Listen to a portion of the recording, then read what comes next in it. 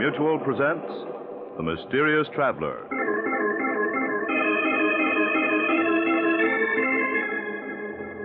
This is The Mysterious Traveler, inviting you to join me on another journey into the realm of the strange and terrifying. I hope you will enjoy the trip, that it will thrill you a little and chill you a little. So settle back, get a good grip on your nerves, and be comfortable, if you can, as you hear the story I call Death Writes a Letter.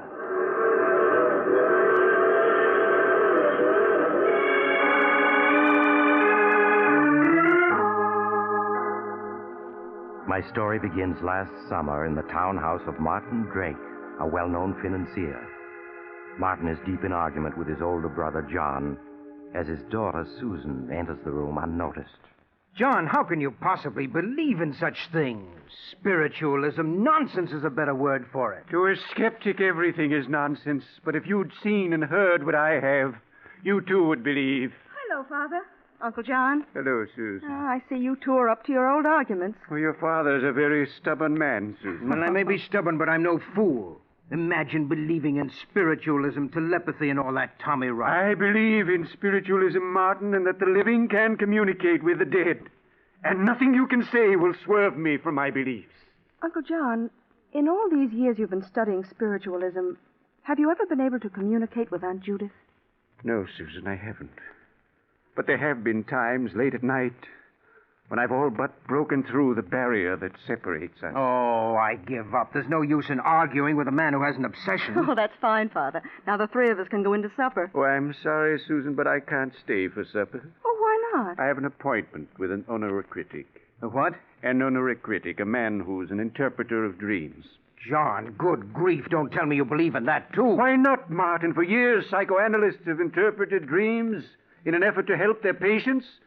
The subconscious minds of the living and sometimes bridge the vast gap of death. Now, John, I'm warning you, if you don't give up this obsession of yours, there's no telling how you'll end. I know you think I'm cracked, that all the years I've spent studying spiritualism have been wasted, but you're wrong. The living and the dead can communicate with each other, and someday you'll realize I'm right. Now, I really must be going or I'll be late. Well, Uncle John, you will drive up to the country with Father this weekend, won't you? Oh, are you opening the summer place? Yes, I'm driving up tomorrow to open the house and engage some servants. Well, I'll try my best to join your father this weekend. Oh, that's fine. Don't bother showing me the door. Good night. Good night, Uncle John. Good night. To think that anyone in this day and age still believes in spiritualism, particularly your Uncle John, it's incredible. I don't know, Father. Uncle John seems so sure of himself that sometimes I feel he may be right. Oh, Susan, that's nonsense. But look, Father, if it's all nonsense, why should Uncle John believe in it? You yourself have often said he's the most brilliant man you know. And he is. It's just that, well, we all have our eccentricities, and John's is spiritualism. Until his wife died 5 years ago, he was just as sane as you or I.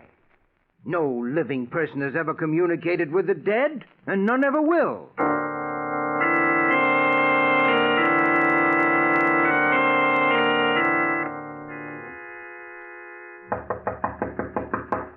Father, are you awake? Father? What?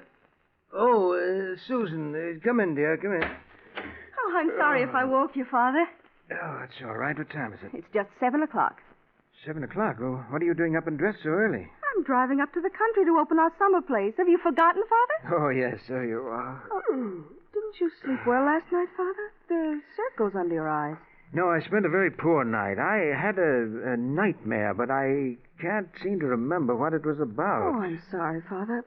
Tell me, is there anything I can get you? No, I'll be all right, dear. You run along. Oh, I need the keys to the car. Oh, yes, you'll find them over there on my desk. And if you need any money, help yourself. Oh, thank you, Father, but I have enough money. Have you found the keys? Oh, yes, here they are. Oh, do you want me to mail this letter on your desk? What letter? This one. It isn't addressed. All that's written on the envelope is one word. Urgent. Urgent? Yes, and it's in your handwriting, see? Why, I never wrote that. But, Father, it is your handwriting. And look, there are ink stains on your fingers. You must have written it before you went to bed. But I tell you I didn't. Let me see that letter. Yes, that's my handwriting, all right. Oh, Father, I'm leaving now. I want to get there by noon. What? Oh, yes. Goodbye, dear. Take care of yourself. I will, darling. Bye. Urgent. And it's my handwriting, all right. But for the life of me, I can't remember. Well, let's see. Dear Martin. What the devil? A letter in my own handwriting addressed to me. Dear Martin. No. No, this can't be. It can't.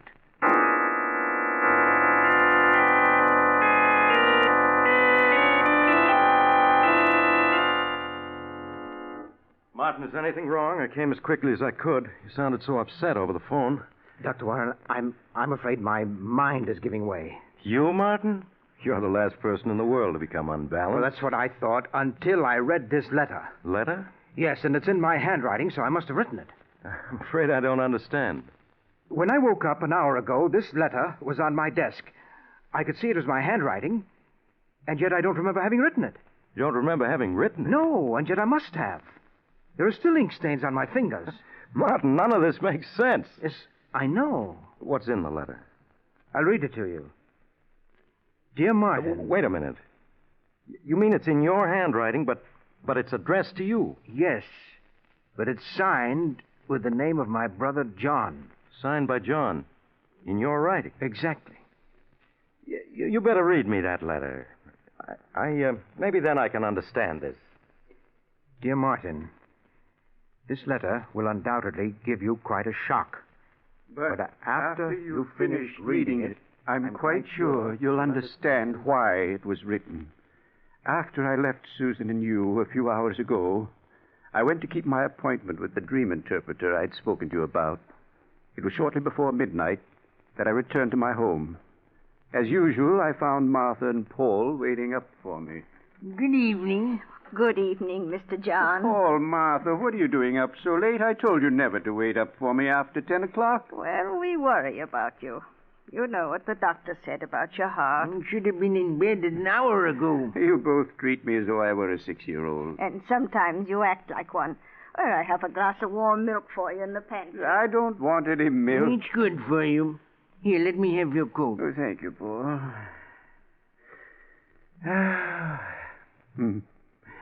It feels good to be home, sitting in the chair before the fire.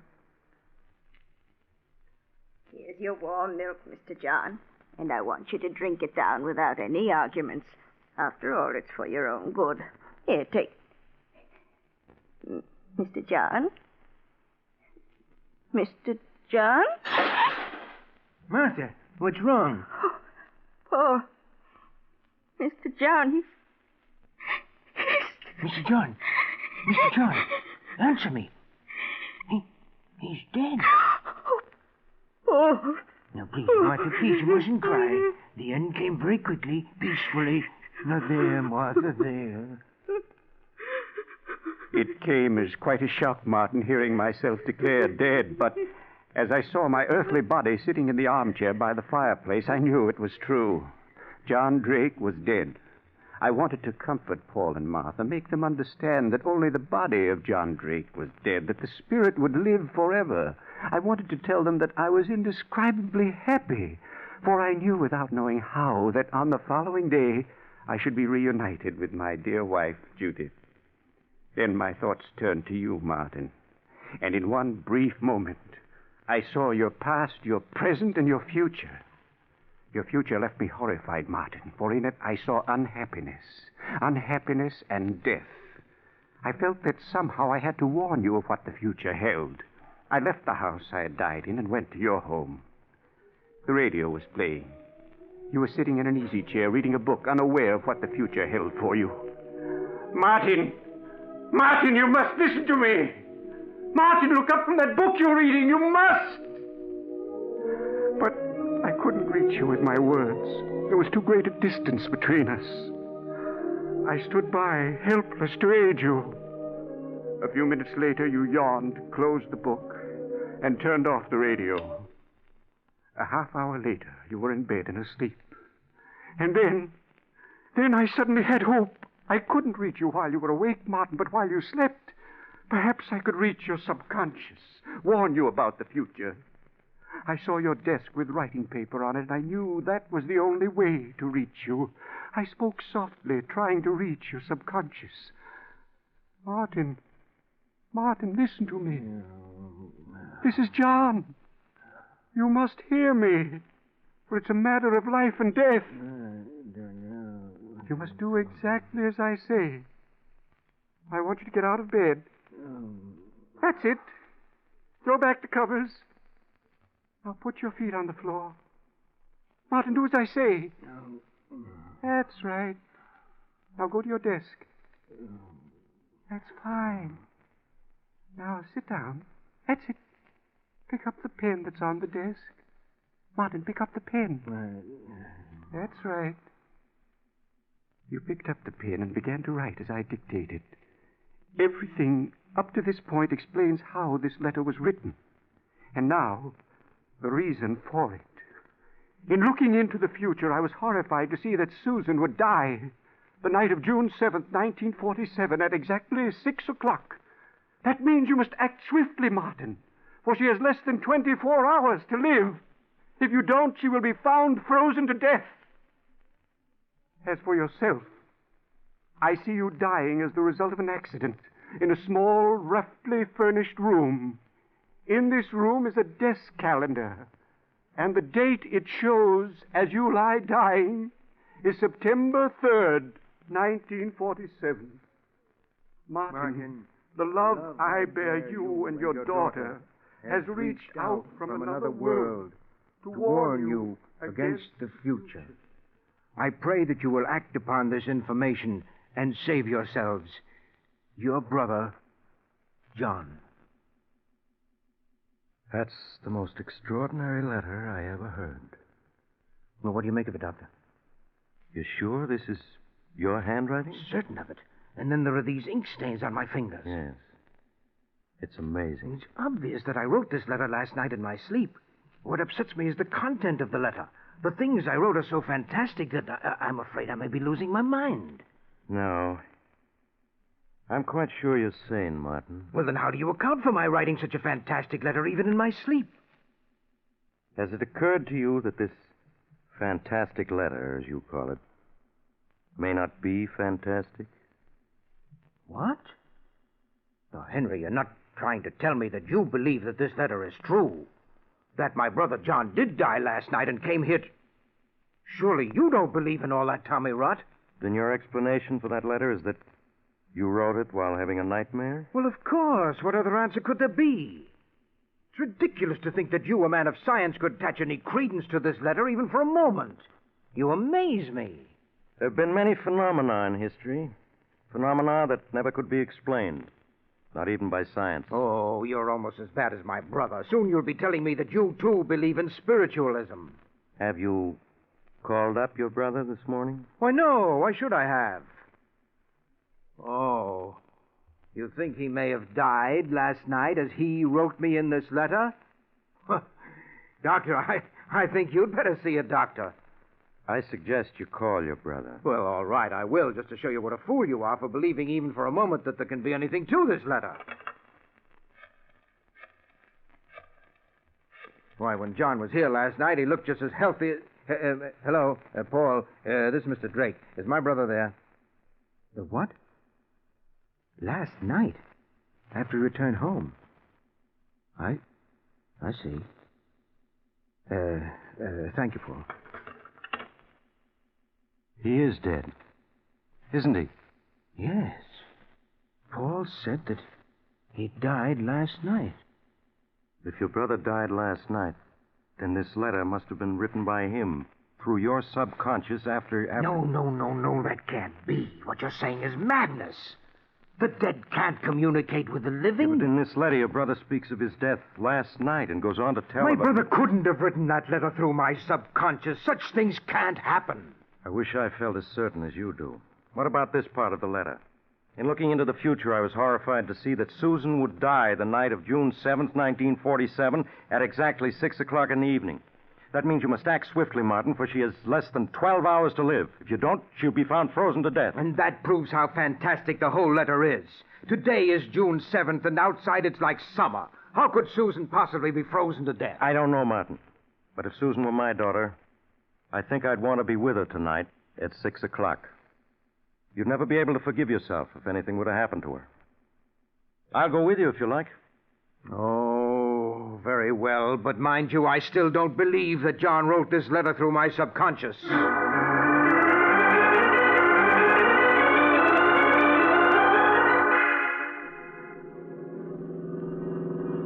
What time is it, Henry? It's a few minutes after 6. If we hadn't had the breakdown, we'd have been there hours ago. How much further is it? As soon as we reach the top of this hill, you'll be able to see it. I wish we'd reached the house before 6. Now, surely you don't believe what that letter says. How could Susan possibly freeze to death?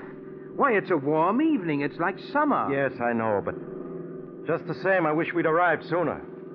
Look, you can see the house now, down there in the valley. Susan's probably getting dinner. And we'll certainly look like a pair of fools coming up here because of that ridiculous letter. I hope you're right.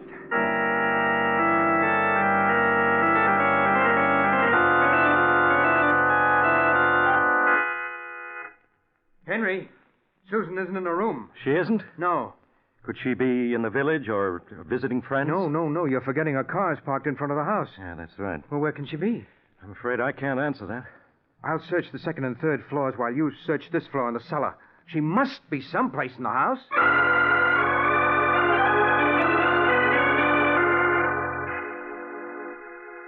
Henry, where are you? Down in the cellar, Martin. I searched every room on the second and third floor, but I couldn't find a sign of her. I found her, Martin. You found her? Well, where is she? Susan. You must prepare yourself for a shock. Shock? Martin, listen to me. I found her in the cold storage room, frozen to death. No.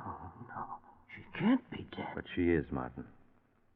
From what I could make out, she turned on the freezing system full and then went inside to store some meats, probably right after she got here. While she was in there, the door slammed shut and locked her in. Oh, Susan. If only I'd gotten here in time.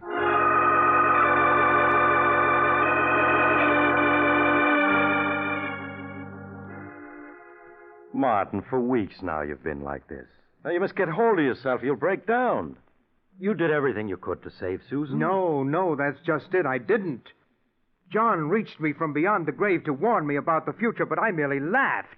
Had I heeded his letter, Susan would be alive today. But, Martin, you did try to get there in time. It wasn't your fault the car broke down. Yes, but if I'd believed in the letter, I'd have hired another car and kept going instead of waiting for my car to be repaired. You know, I've been thinking perhaps it was meant that your car should break down. That you should arrive too late to save Susan. What? Perhaps it was wrong of John to break through the barrier that separates the living from the dead and warn you of the future. Well, how could it be wrong if it would have saved Susan? Perhaps it was ordained that Susan was to die when she did. And that's why the car broke down. No. I could have saved her if only I'd hired another car and rushed on to my country home. But at least now I can heed John's warning and save my own life. Save your own life? Yes. Have you forgotten the other part of the letter? As for yourself, Martin, I see you dying as the result of an accident in a small, roughly furnished room. In this room is a desk calendar, and the date it shows as you lie dying is September 3rd, 1947. Today is August 1st. That means I have less than 5 weeks to live, unless I can save myself. But how can you save yourself, Martin? What's meant to be will be. Not if I'm clever enough to take advantage of the information in this letter. Dying as a result of an accident in a small, roughly furnished room. Yes, but if John had only told me what kind of an accident it was meant to be. Well, nevertheless, come what may, I'm not going to die on September 3rd.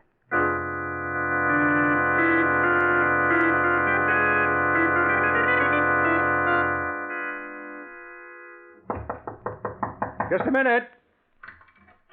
Hey, Martin, what's going on? I mean, what's the meaning of all those men around the house? Why was I searched before I entered the room? Henry, do you know what the date is? Well, yes, it's September 2nd. Yes, and in a few minutes it will be midnight, and then it will be September 3rd. Oh, yes, that's right. The letter. In the letter, John warns me that I shall die of an accident in a small, roughly furnished room. Well, you'd hardly call this drawing room that, would you? No, I wouldn't. It's my intention to remain in this room until tomorrow is past. Now, Henry, would you mind keeping me company for the next 24 hours? No, Martin, not at all.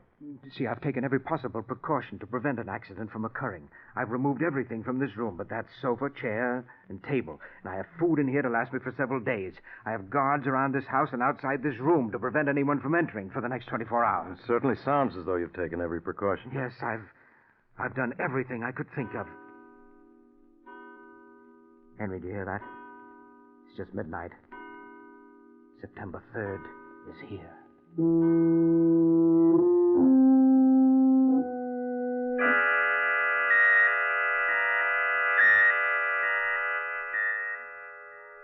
Martin, will you stop looking at your watch every other second? I can't help it. One more minute and it'll be midnight. And when the clock in the hallway strikes, it'll be September 4th. Yes, Martin, yes. Now, why don't you sit down and take it easy? How can I at a time like this? Martin, you must calm down. Think of your heart. Only 30 seconds more, Henry. 30 seconds. Martin, you're as white as a sheet. Well, who wouldn't be? I'm cheating death. I'm going to live. Live, do you hear? Easy there now. I can't help feeling it would have been better if John hadn't warned you about the future. No, don't say that. If he hadn't, I'd have been dead by now. Henry, do you hear that? It's midnight. And I'm still alive. Alive.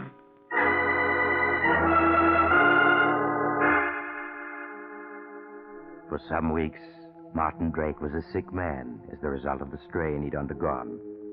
But with the coming of fall, he was well on the road to recovery. It was in late autumn that he invited Dr. Warren to go hunting with him in Maine. Day after day, the two men, with their guide, roamed the woods. The exercise and outdoor life did Martin a world of good, and he was soon his former self, both physically and mentally. It seems to be getting much colder, doesn't it? Yes, it feels very much like snow. I think it'll hold off for a while yet. Would you like to do a little more hunting, Mr. Drake? We still got a couple of hours till it gets dark. Yes, I wouldn't mind. How about you, Henry? Well, by all means. Maybe we'll come across that buck we spotted this morning. Yes, he was a big fellow. Where'd I put my rifle? Here it is, Mr. Drake, under the tree. Oh, yes, so it is. Here's your rifle, Doc. This rifle of mine... Oh! Martin, what happened? Good grief, he shot himself, Doc. Martin, are you badly hurt? The gun went off when I picked it up on my shoulder. Easy now, while I have a look at it. Oh. Is it bad, Doc? No, not bad. We must get him to a shelter and stop this bleeding. Ed Tolliver's place, about a quarter of a mile from here, Doc. All right, give me a hand. We gotta get him there at once.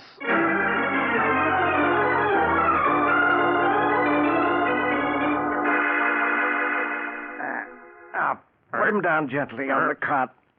Easy now. That's it. How is he, Doc? Think he'll pull through? Yeah, of course. He just fainted from the pain and the loss of blood. Now, let's see. Sure is a nasty wound. Yeah. Fortunately, the bullet went on through his shoulder. I won't have to probe for it. Oh. What are you going to do to him, Doc? Well, first I'll have Henry, to... where am I? Now, just lie still, Martin. We brought you to this shack where I can fix you up. Oh, my shoulder hurts. It'll be all right now once I get the bullet wound cleaned up. Pete, put my medical bag on this desk here. Open it, will you? Sure, Doc.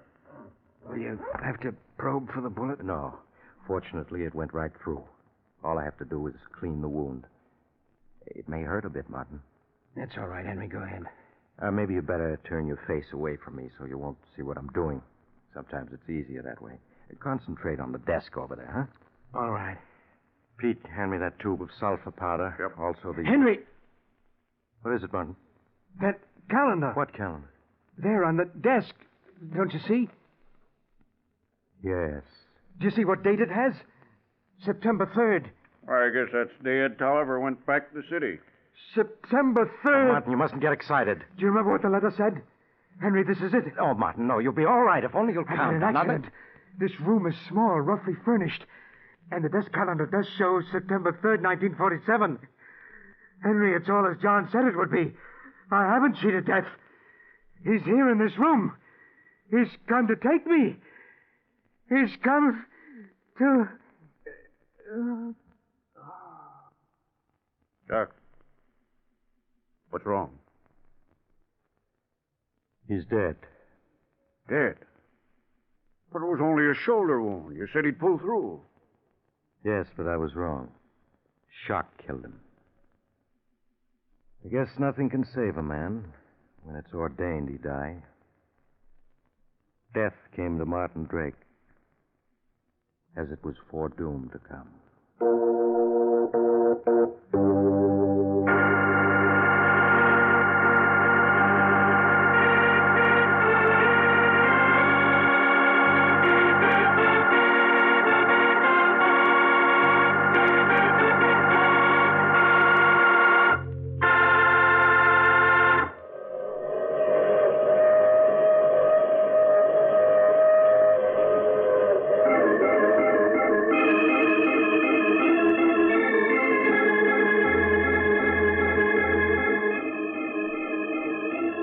Mysterious traveler again. Too bad about Martin and Susan, wasn't it? Even John Drake's warning from another world couldn't save them. Which seems to prove that when your time comes, nothing you can do can change it. So you might as well not worry about it. Though I did know of a man who managed to outwit death for several hundred years. Then one day he was... Oh, you'll have to get off here. I'm sorry. But I'm sure we'll meet again. I take this same train every week at this time.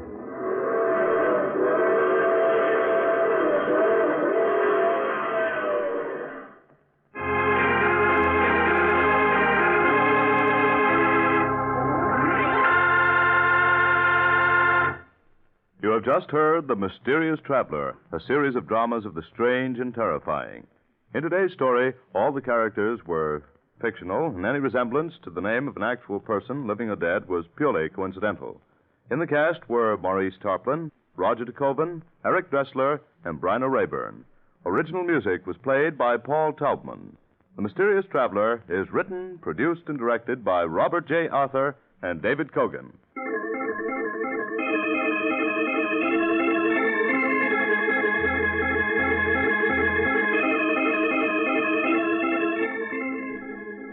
Listen next week to a tale titled Death is My Co-Pilot. Another Strange and Suspenseful Tale of the Mysterious Traveler.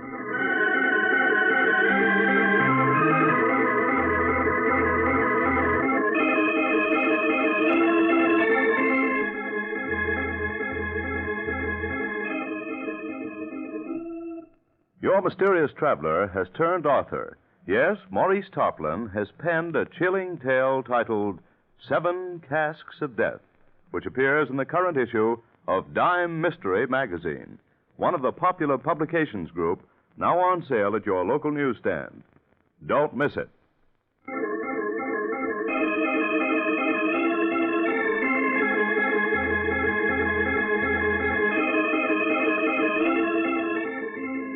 This program has come to you from our New York studios. Another program of tense and dramatic action will follow in just a minute. Stay tuned to the station for Official Detective. Carl Caruso speaking. This is the Mutual Broadcasting System.